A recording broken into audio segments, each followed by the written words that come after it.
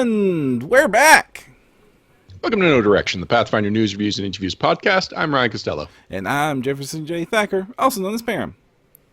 Normally on this podcast, we talk to the creative minds behind the Pathfinder role-playing game and the world in which it's based. Sometimes we'll bring on people that have expanded to it, but generally we talk to people that are in the game field. But Paizo is a growing company. It's a major company now, and Pathfinder is growing into be what's commonly called a brand. So here to talk about how Pathfinder is growing as a brand and all the non-game ways that you can get your hands on Pathfinder merchandise is the Vice President of Marketing and Licensing, Mr. Jim Butler. Hey, everybody. Nice to meet you. I'll go ahead and give some background first, so those of you that don't know who I am.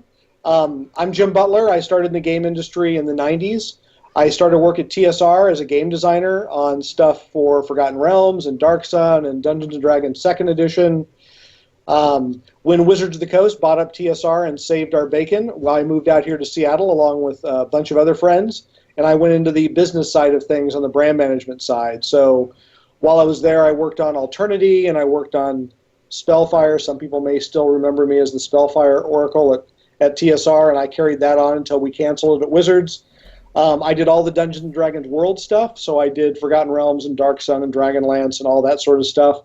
And then I also did all the licensing stuff for like, all the Neverwinter Nights, Icewind Dale, Black Isle products from Interplay, all those computer games that came out, I was doing all that. I left Wizards of the Coast in 2001 after Hasbro purchased us, and did my own thing at Bastion Press, who did a bunch of D20 products like Oathbound and Arms and Armor and all that sort of stuff. And then I moved into the MMORPG side of the field. So never being able to go too far away from Dungeons & Dragons, I went to Boston, Massachusetts, where I worked for a company called Turbine. They did Dungeons & Dragons Online and Lord of the Rings Online. And I was brand manager and director there for a number of years until around 2010 when I got an offer to go to California, where I kept working on MMORPGs, but for the first time I did not have a Dungeons & Dragons title underneath me. And I did Rift and Arcage and Trove and Atlas Reactor and Defiance and a bunch of other stuff for Triumph Worlds until that gig ended. And then I picked up the phone and called Lisa Stevens, who's the CEO of Paizo, and said, hey, I think I'm ready to come back to the gaming industry. And she goes, I've been looking for somebody just like you.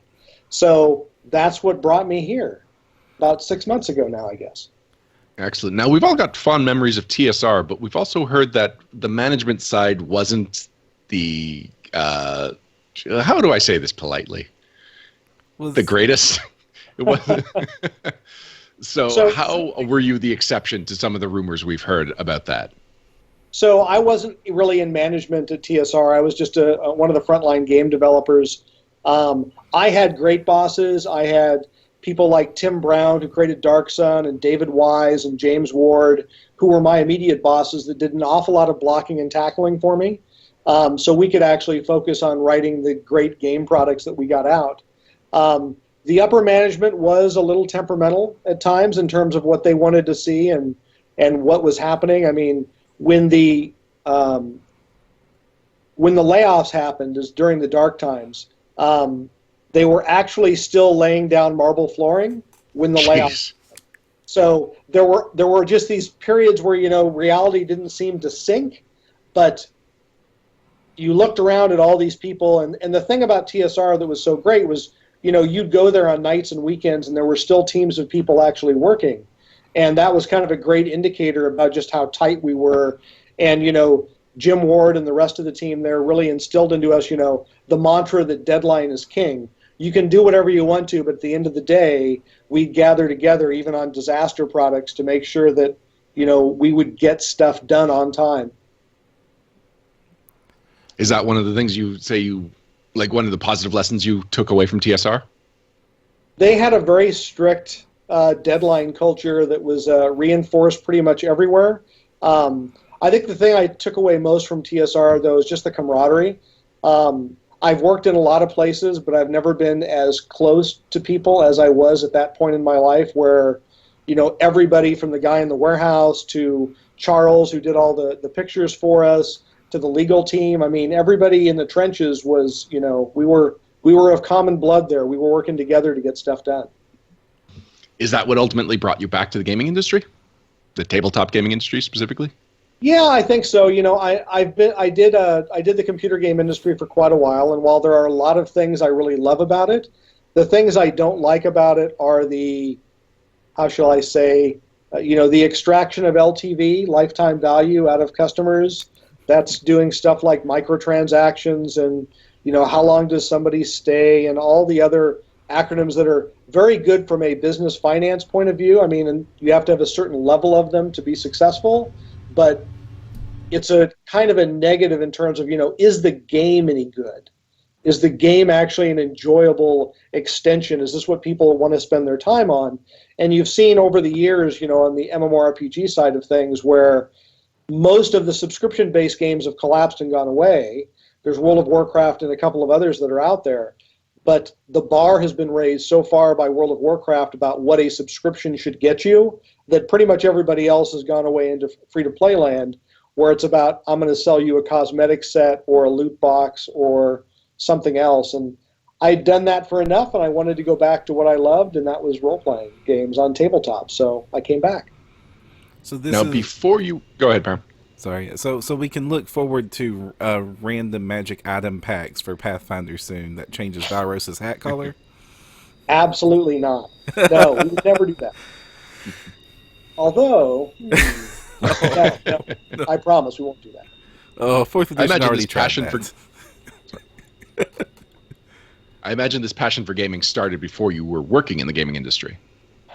It did. I was kind of the rebel without a cause back when I was in high school, and featured in the local papers. Fantasy student tries to prove D&D isn't evil, and going to school board meetings and fighting to keep the game available in the schools and stuff. I was regularly corresponding with TSR about how I could work there, and putting submissions in to John Pickens, who was the head of acquisitions at TSR at the time. And I remember I went through lots of different manuscript revisions based on John's feedback, and eventually he accepted it, and I kind of set it up as the first part of a trilogy.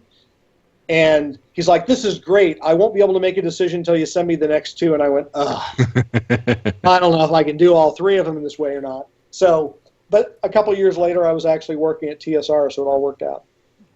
No, it's not. Now, that's interesting what you said, because we always hear about, the dark times when D&D was vilified, but I've never heard someone say, and this is what I did about it. Yeah, I was, I guess at the time I was young and I needed a cause, and that was the one I was going to do. It was a little ironic. My stepmother was very much against Dungeons & Dragons. It was evil. It was not anything that she wanted in her house.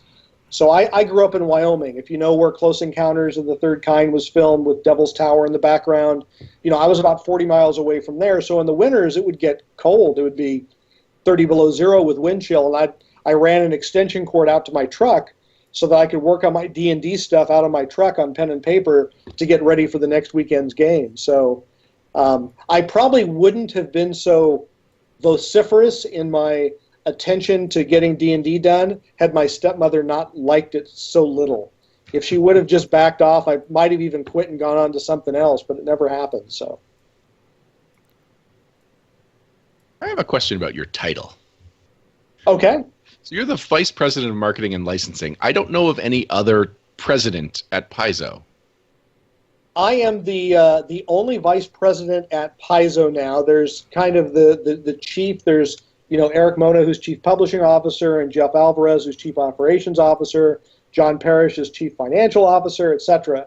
And they have had VPs in the past, but I am currently the only VP of a group right now at Paizo. Okay, it just kind of stood out. So I was curious if there was, anyway, any kind of interesting story there, but I guess it's just all technical, businessy stuff. Mostly, I mean, it's just a matter of how Lisa wants to structure the Paizo business and all that. So, yeah, no big surprise there. So it sounds like you've been really involved with gaming from about all all the possible angles, except you didn't mention any illustration credits. I think it's the only blank spot you didn't cover in your background. So when did you make the shift from producing content to handling licensing? So back when Wizards of the Coast bought TSR, I moved into the licensing group for a brief period of time, until they kind of got dissolved, and I had to focus on both licensing and brand management of the product lines. That was my first real taste of licensing. Wizards of the Coast did all sorts of licenses. We did stuff with stained glass window people. We did micropros for the Magic the Gathering game. Pretty much everything you can think of, they were doing licensing for. Trying to get licenses for board games, for Robo Rally. I mean, just the list went on and on. So I learned an awful lot under the team over there. And then there was a period of time where there just wasn't anyone else there to do the licensing. So I stepped in and was kind of the primary point of contact for Interplay and all the other companies that were out there doing all the D&D games at the time. What's this about stained glass figures? No, it was stained glass windows, believe it or not. It was actually, the guy would create actual pieces of stained glass that you would actually fit in windows and stuff if you wanted to give your house that ancient cathedral look in it, I guess. And did that sell? I honestly don't remember. I don't think it sold that well, but there's all sorts of little niche licensing stuff like that you can get into where there's not a huge audience for it, but there's an audience of a few people that actually want something that has that brand associated with it. So.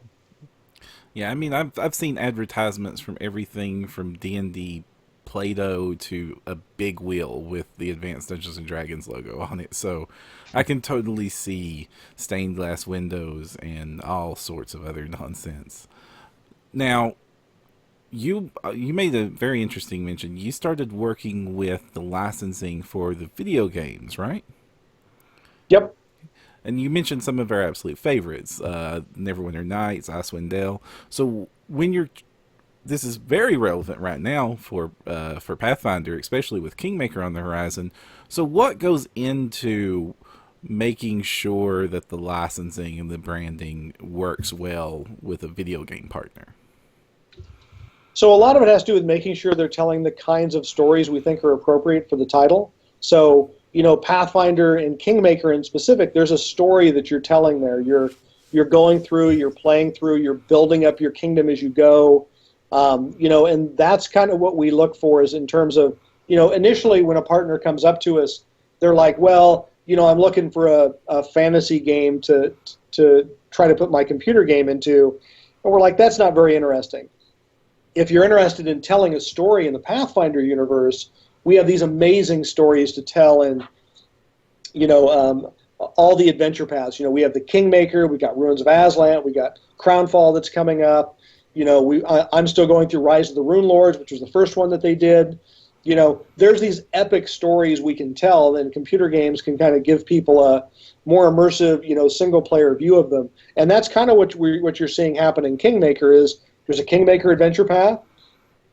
Alcat and the team over there is coming up with amazing stories about, to expand that Kingmaker experience, to make it much more immersive, but they're building on an already great structure to kind of make sure that that's hitting the quality bar that our players are used to seeing. We wouldn't want to do a Kingmaker game that was nothing at all like what you were expecting when you played through the Kingmaker adventure. So I've spent a number of hours playing it. It's really good. The VO is amazing. The story is very interesting. Even the NPCs that you decide to have follow with you have a lot of very interesting stories to tell. So I'm looking forward to seeing when that comes out. So if it's going to be like our Kingmaker experiences, does it automatically break the group up at about book 3? I don't have that specific for you. But there's a lot of stuff in there that is up to you to choose about how you're going to go through and make your decisions. So I think everybody will have a lot of fun inside Kingmaker. Yeah, I'm looking forward to it because it might actually mean me and Ryan might actually get to see the end of Kingmaker. Okay, so what is you mentioned the licensing? Are you also involved in the brand management aspect of that, making sure that the Kingmaker is really well representing the imagery and the sort of trade dress, and sort of making sure it looks like a Pathfinder product? So that's kind of an interesting change here at Paizo. So most of the companies that I've been at, the marketing team was the brand management team. Mm-hmm. Here, the brand management team is the creative team. So Eric Mona and James Jacobs and Rob McCreary are the heads of the individual brands, along with folks like Sarah Robinson on the art side. And all together, they kind of form that group of people that licensing deals with every day to make sure stuff gets done. We've got Mark Moreland is the franchise manager for Paizo, and he's on the front lines all the time going through the content, the reams and reams of paper they send us in terms of here's all the dialogue and here's what we're saying, and he'll look through it and go, that's amazing, but you should tie it back to this because we talked about that way back in book 22, and that'll be a really good Easter egg for people to find, and he works with the teams back and forth like that. Yeah, Mark is a walking encyclopedia of Galarian knowledge. So there was a big announcement yesterday. You kind of dropped it right in our lap since you're the only Paizo employee that's quoted in the article. But it's Roll20 has officially announced a partnership with Paizo. Now, was this something that they approached you about, or was this more Paizo coming to Roll20 to try and figure out how this relationship could work? Well, when I first got here, the negotiations had been stalled for a while. So I basically said, look, let's get everybody on the phone, let's get everybody in a room, and we're going to keep talking through things until we get through it. And after probably about 6 weeks, that's what we did. We got through it. We nailed down what they were going to offer first and when stuff was going to come out. There was a question about, are they doing Starfinder first? Are they doing Pathfinder first? You guys know the answer to that now. It's Pathfinder. But the good news is everything's going to be going up on Roll20, starting with Crownfall. That'll be the first adventure path that goes there. I suspect you're going to see bestiaries for sale and other sorts of stuff. If you've never really used Roll20 before, one of the nice things that you can do is you can basically go to a monster as your game master, and basically just drag the monster onto the tabletop, and it comes out as a pre-statted token for you. So that's stuff you couldn't really do with the artwork and stuff under the Open Gaming license. But now that they're a licensed product, I suspect you're going to see them doing a lot of that.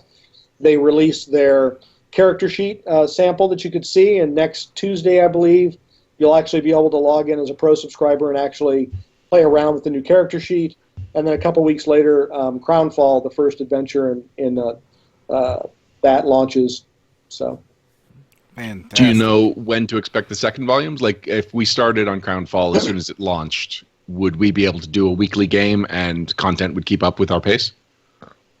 I think it depends how much you're playing. I mean, we've been doing this by hand with the Rise of the Runelords campaign on Roll20, and we've been going for 2.5 years. We play every other weekend for about 5 or 6 hours. So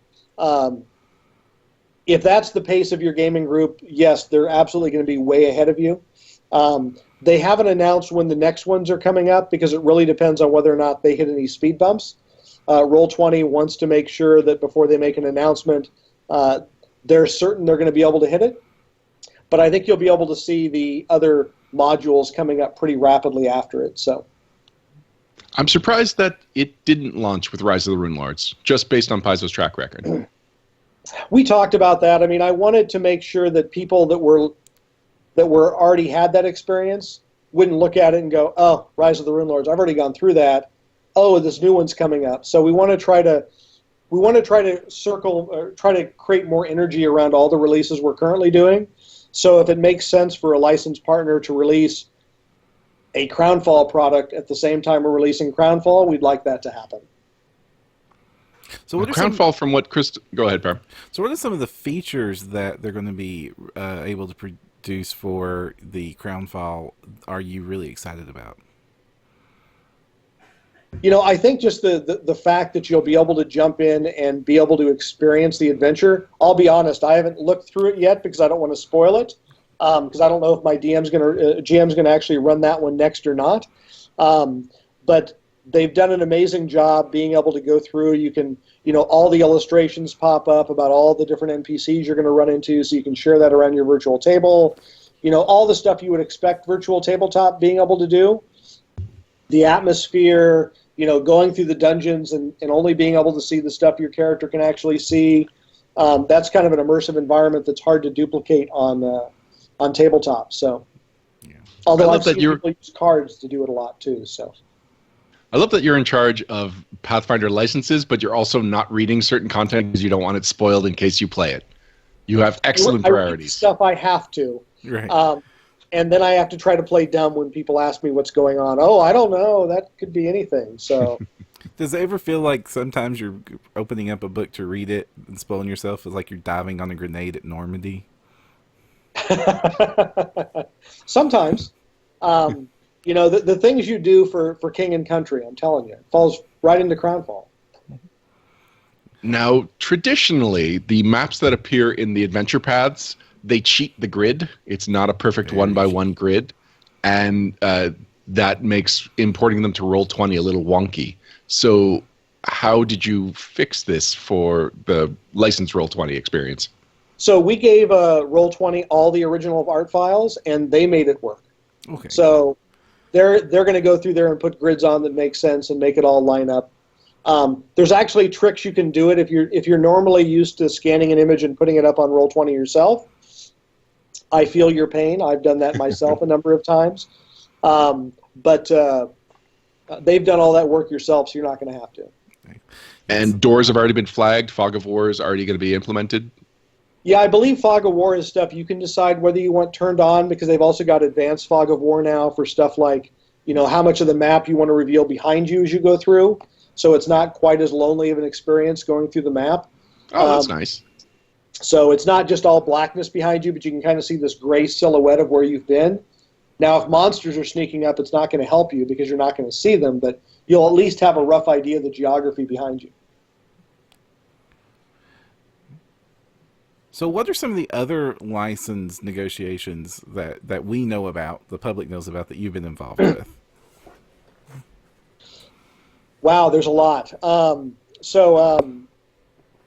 Starfinder just launched with Ninja Division, with miniatures going there. That Kickstarter ended back in November, and I think their Pledge Banner just ended in January. There's a whole slew of high-quality Starfinder miniatures that are coming out that are the quality is really amazing, and we're really looking forward to them to hit the shelves. We're dealing a lot with pretty much everybody you would expect. I mean, all the virtual tabletops are releasing new products all the time. We've got Q Workshop doing dice. We've got Sirenscape doing audio entertainment for your games. If you haven't tried it, you really should. It's amazing. We've got around 35 different licensees, and we're not looking to expand out into absolutely everything, but we want to do stuff where we're expanding out into places we think gamers will like us to expand out to. So, we're not likely to break out into, Pathfinder Pez dispensers, but we're likely to go out and try to do more stuff. I saw that. Why not? We're likely to go out and do stuff. There's a good synergy between gaming and the licensees. One of the things we want to make sure is if we partner with somebody, we think they're going to be successful. So we've done a lot of stuff with campaign coins where, all the stuff they do, the Sahedron Medallion, all the faction pins for Pathfinder Society and Starfinder Society. There's a good synergy there between what we're doing and what they're doing, and we want to make sure that we're driving all of our partners to that kind of success. Now, the first partner they mentioned was Ninja Division, and they've been in the news on and off with there's just been some issues, some rumors around them. So as someone who's trying to make sure that these partners are successful and do well by your brands, what do you do when those kind of rumors start to spread? Well, primarily we stay in close contact with our partners to make sure that, the commitments they're making, that we're confident they're actually going to be able to pull through. So, we had long talks with them about, when they started doing their Starfinder miniatures, about, their history of other Kickstarters they'd done in the past and what the relationship with that was. And they addressed all those issues, I think, really well for us. And we have pretty solid confidence, I think, that they're going to be going through and carrying forward on the Starfinder minis they've delivered. We've seen an awful lot of sculpts. We've seen an awful lot of the pre-paints that have all gone through us that are currently off for production. Those are going to be coming through fine. Those are like the iconic sets that have some of the starships in them and the Vesk and the Envoy and all kind of the core setting stuff that you'd have. All the iconic heroes and some of the starships and stuff are all in there. And then they've got this huge line of Masterclass sculpted minis that are unpainted, and they look just amazing. The detail's incredible. And that incredible detail and incredible love for their craft is kind of one of the things we look for when people want to do a license with us. We're not interested in just, I mean, I don't want to, it's not just like it's not easy just taking people's money if they want to throw it at you, but we don't want failed licensees. We want successful licenses that are long-term value adds for both the partner company and the gaming community, so that when we go through and sign something, people are generally excited about it.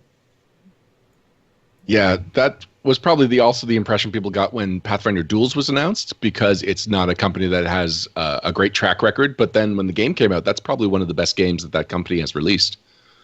Yeah, we worked pretty closely to them. Again, Mark Moreland jumping in, James Jacobs jumping in to give them a lot of feedback about how this fits in the world and where it is. You know, Pathfinder Duels, a collectible card game on mobile, been really successful for them. They came to us looking for a game, an IP that they could use to launch their titles in the West. They had kind of an Eastern-style game they didn't think would do well over here, and they thought Pathfinder was a good fit.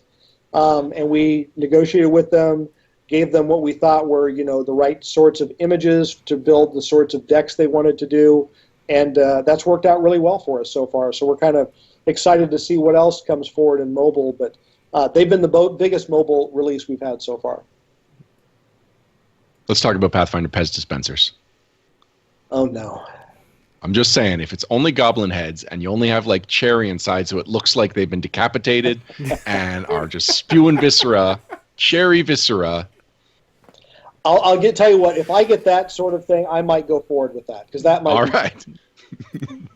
So actually, along those lines, like this is really along those lines. No, along those lines, where you go crazy. What is your idea of like obviously don't spoil anything, but what would be your dream license, like crazy moonshot license for Paizo and Pathfinder?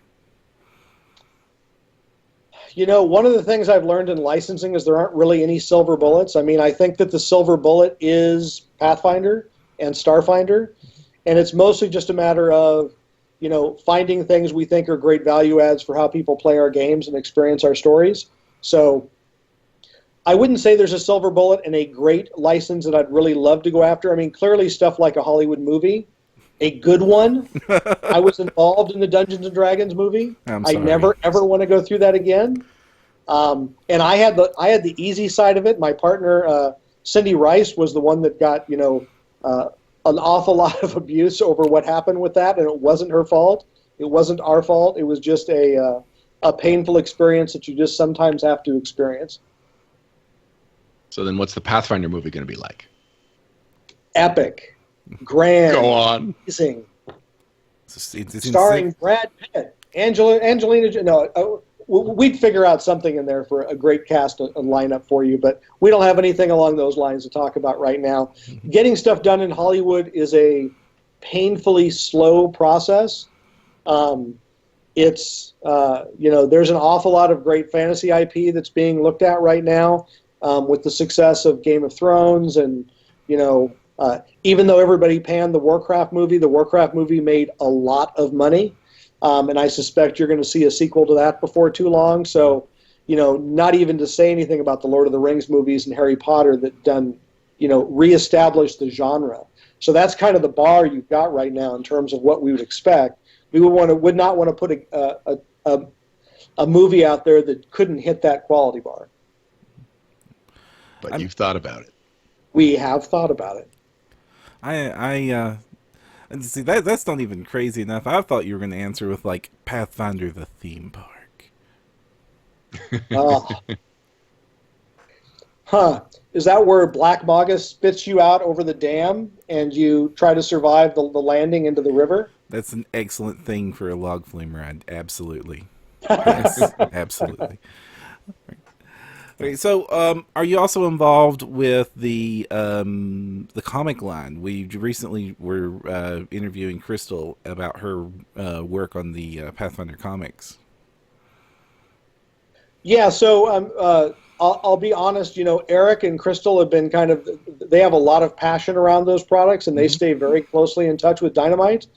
But Dynamite is a great partner for us, and also another great way to show just how amazing the world can look in graphic form. Everybody picks up the products. They see amazing artwork by Wayne Reynolds and all the other artists we've got for us. But there's also something about, where you get art every page, turning through it and reading through it. I'm looking forward for Spiral of Bones and seeing what Crystal has written up on it. And I've gotten to see some pretty amazing sketches and stuff about what they're looking to illustrate. And it's just an amazing story, and I'm looking forward to that. But yeah, I think there's an awful lot more for us to do on the comic front. Between the two brands, Pathfinder and Starfinder, have you seen sort of like a land rush for Starfinder partners since it was announced? I think we've certainly seen some interest in people coming up with. Sorry, here I'm being interrupted, so I better quit that.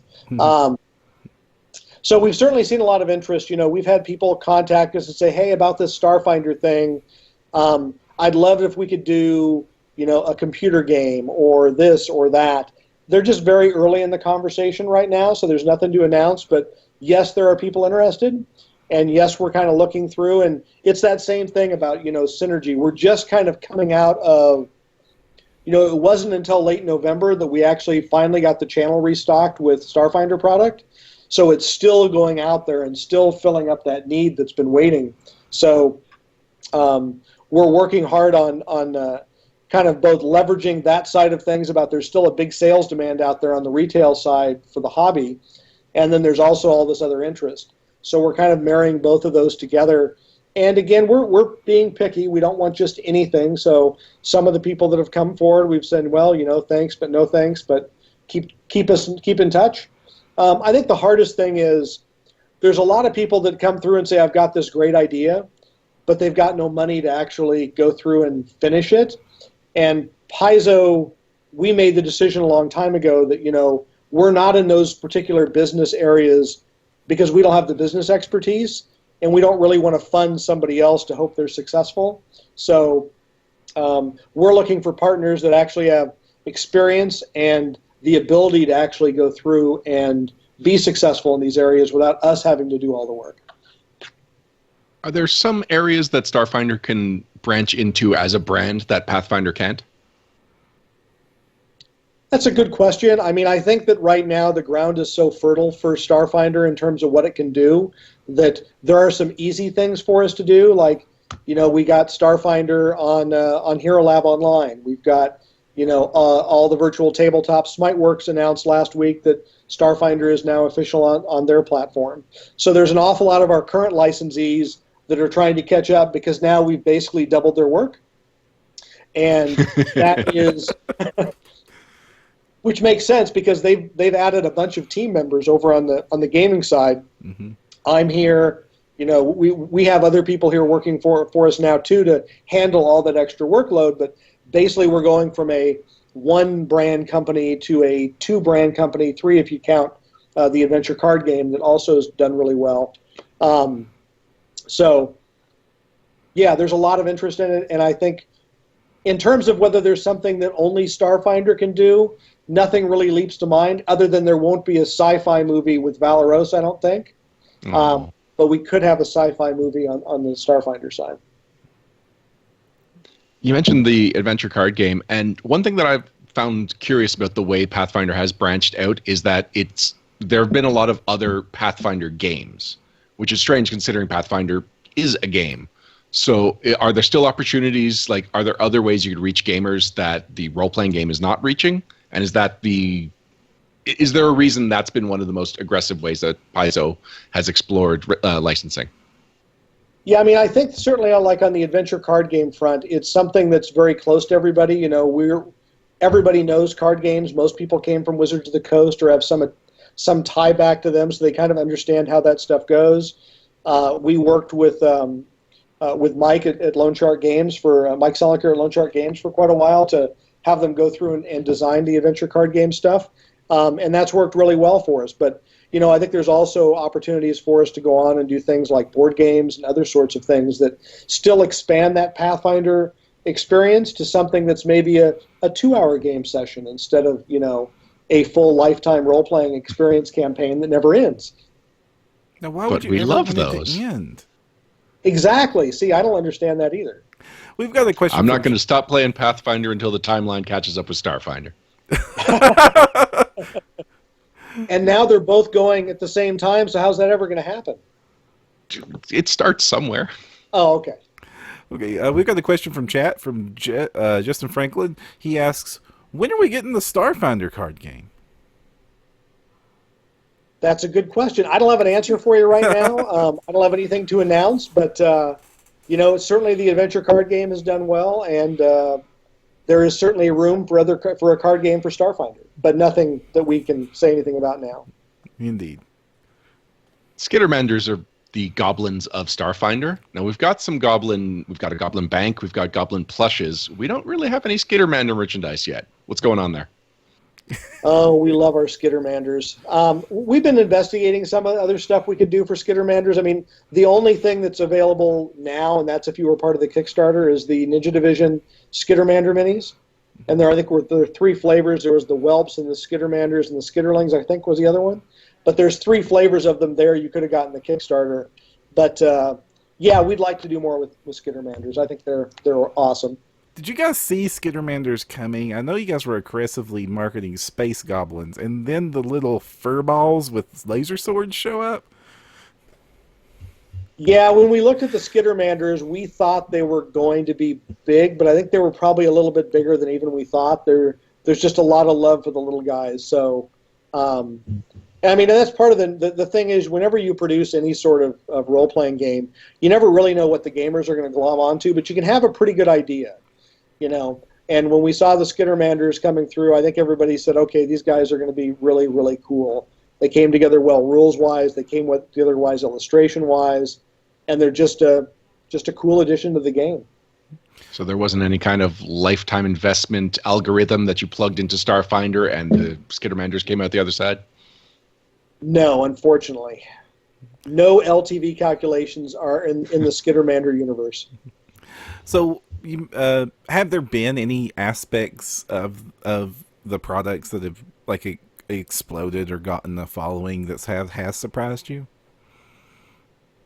Boy, that's a tough question to ask.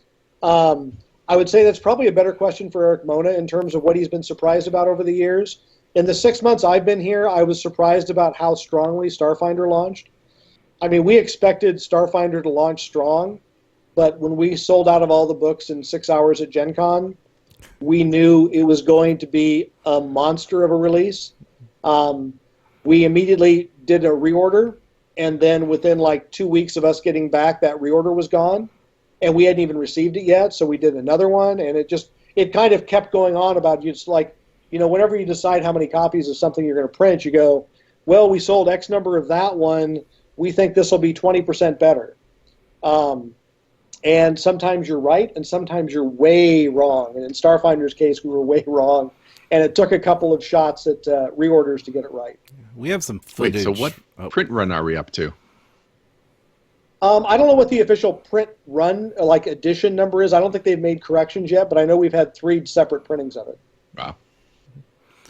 Now, I was there for the Starfinder launch at the booth. We have footage of that. I believe we had to turn it in for insurance purposes because the tidal wave of people that charged us when I was sitting there prepped for the launch, I mean, I was halfway expecting Dwayne Johnson to come in on a helicopter just to save us. Yeah. how do you recover from that? I mean, like, you knew Starfinder was going to be big, or the hype was building, and then it blows up like that. You've got no product. Everybody's asking for it. Everything's going crazy. How do you react when things go way better than you guys could have expected? I think that's one of the things. Like, the creative team goes through and puts together their schedule for the year. I mean, we're obviously working many months out of what is actually going to be released. So Eric and his team put together the schedule of what they thought Starfinder would be based on this level of sales and this level of support. And when we got back from Gen Con, it's like, yep, throw all that stuff out the window and we start over. And clearly that puts more pressure on the marketing team and the licensing team to say, okay, we've got something really big on our hands now. What are we going to do? On the marketing side, it's like, I would happily go through and market, but we have no books to sell. So that made it a little easy up front. But now that's not the case, and now you're starting to see more advertising and marketing along Starfinder. So Immediately after Gen Con, of course, without naming anybody or naming any companies, when the success was as crazy, did you have any situations where it was like partners that had passed that called you back up on second thought? Mostly what happens is allocations, because distributors go ahead and place their orders. And then some of them are like, Diamond Distribution that handles all the Amazon stuff for us, or individual hobby distributors like Alliance and others, ACD and others. They basically give us their orders, and sometimes we have to do what's called allocation, which means that not everybody gets what they want, but everybody gets something. And I think that's always the painful part. I mean, people will come in and place orders again, but it's like all the stock we have has already been allocated. But those numbers help inform us as to what sort of demand is still out there, and that helps us go back through and do print run estimations and stuff. So the best thing gamers can do to help us is when a product comes up for pre-order a couple months before it comes out, go to your favorite local game store, go to Paizo.com, click that pre-order button, get your pre-order in with your retailer, so they know in advance that they're telling their distributor that I need X number of books. That stuff eventually all filters its way back to us. That helps us better set print runs to make sure that people aren't running out of books. Speaking of Diamond Distributing, they handled your mini-mates, and after the first couple of waves, we haven't really heard anything since. I'm assuming that's just not something that we're going to see any more waves of? Eric and I had a conversation about that today. That was all brand new to me. So I'm looking at it now, but there aren't any plans right now to do any more of those. Oh, you've got them. There they are. Got the whole line. You got them right there? Yeah, right here. Actually, yeah, I guess I used to have Ostog right on my desk. The other sets are all over here buried, but no, I keep... yeah, sorry. I have to have at least something of each product line to pull off whenever somebody mentions something random. Yeah, I mean, I think it'd be great. I mean, if there's something you really want to see from Paizo, head to the Paizo message boards, go to the licensed products folder, and tell people, hey, I'd really like to see this from Paizo. And you may find a lot of other people chime in. And, part of what we do is listen to what people want and try to deliver on it. So if there's something you really want, just tell us. We'll make it. Now, I want you to talk to Boss Fight Studios and make action figures. I was sitting here thinking, like, time to rally the troops and get a 12-inch Valeros statue made. No. What? Why get one Valeros when you can get a dozen Iconics? Me and Ryan will have this fight for eternity. I'm sorry. All right. Okay. Ryan. Yes. You know what? Imperiosaur mentioned the Gom Gom plushie. Gom Gom being a plushie in the world that's held by Yoon, the iconic pyromancer. And that's kind of seemed like a no-brainer that we would eventually be getting Gom Gom plushies in the real world. But so far, where's Gom Gom? We had a brief run of I wouldn't say they were plushies, but the Goblin plush toys that we had a while ago, and then nothing since. We haven't really done a lot of... we don't have a partner right now to do a lot of plush toys for us. We certainly could. It's mostly about whether or not we think there's enough people there that would want it. Like, I really, really want a plush Skittermander. I think that'd be pretty awesome. So nothing to announce yet, but it's something we have talked about internally. You heard them, everybody. If you want your Skittermanders, Gom-Goms, and more Goblin plushies, go to the forums and demand them. Demand them loudly so they know that they can sell them. How much do you want to get that Pathfinder.com away from, I want to say, Nissan? As I understand that, I looked into it when I first got here, and it's actually held by a former advertising agency of Nissan, and it's for sale if people wanted it. But quite frankly, it's like we're not that interested. Everybody knows Paizo. Mm-hmm. So if you go to Paizo.com, especially the new Paizo.com, if you haven't been there, you should check out the new website today. It looks completely different than it did before. We're starting the first parts of the redesign now, so the main page and some other stuff is being updated. Eventually, that sort of look will apply to the whole site. But Paizo.com is what everybody wants to, and all the brands will filter off from that. So the fact that we don't get Pathfinder.com isn't really a disaster for us. Everybody goes to Paizo, and that's where all the ads, and it's a lot easier to tell people, hey, go to Paizo and you'll find it. Now, what is a licensed product right now that you think needs more attention than it's getting, that our audience would love? Boy, I think that it's as varied as the people that actually are sitting in the channel and listening right now. I think that, if you're a fan of virtual tabletops and you love to play Starfinder, then you should definitely go check out Smiteworks and see what they've done for Starfinder on tabletop.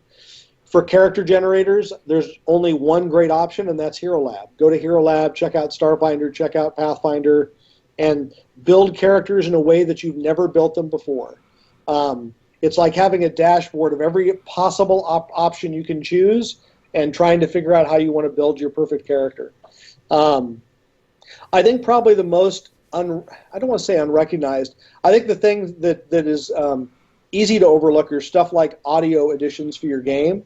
I think Sirenscape has done an amazing job of building that ambiance and the fight scenes and, all the stuff you would expect. I mean, Ben Loomis goes through and actually creates the scenes and some of the combats, and it's really incredible to just sit back and listen to those, about how much effort's been put into it and what a perfect fit it is in some of the scenarios. About, wow, this is exactly what I would expect to hear when I was sitting in this tavern just as the fight started, or that roar of the dragon, or if the thrum of the starship when you're sitting at the helm, and all those sorts of things. There's a ton of awesome sounds for you to use. I think at this point we have to disclose that there's a no direction sound set in Sirenscape, isn't there? Param, you just went silent. Oh. Yeah. Can y'all hear me? When we're there. I can hear you. I hear just the very end of what you just said. Okay, so hold on a moment. We are having some technical difficulties. These will usually get resolved fairly quickly. Can you hear me now, guys? No. Yeah, I can hear you. Oh, good. Whew. Good. Ryan, have we just lost Ryan? No, I hope not. Okay, great. Okay, so give us about 5 seconds of silence so I can find this edit point and fix it. Oh, okay, so we have lost. Okay, so we are dropping into red on Twitch. I got to send a message. Okay, this is a part we'll have to edit. Sorry, 1 second. Okay, Jib, can you bear with us for a few more minutes? I was just about to wrap things up, but I don't want to